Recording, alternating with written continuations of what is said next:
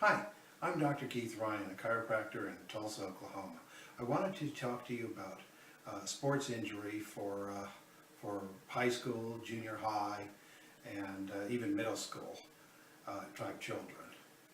Ordinarily, when your child gets an injury in sports, it's important to have it looked at as soon as possible.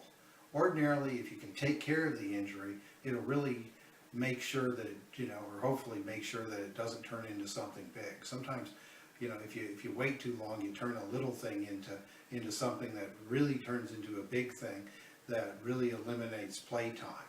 Because it's important from your child, especially if they're wanting to play, and it's important for them to keep their position on the team, for them to not be out of the sport as long as they can with an injury. So here's what basically chiropractors can do to help support that. A lot of the injuries that your child is going to have is going to be mechanical. They're going to have a wrist out of place, they're going to have a foot out of place, a knee out of place. Some type of joint, maybe a vertebrae just slightly out of place, because those type of things happen in sports, whether it's track, whether it's a contact sport, whether it's tennis, those type of things happen. Softball, there's just a whole host of different kind of injuries that are usually go along with the sport you're in. But if you can see those injuries, you can get them back in place.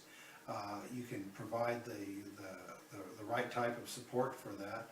Sometimes that's taping, sometimes it's kinesio tape, sometimes it's we want to manipulate the joint back into place, or we want to do some physical therapy to help bring down swelling or inflammation in the joint, and correct that situation as soon as we can.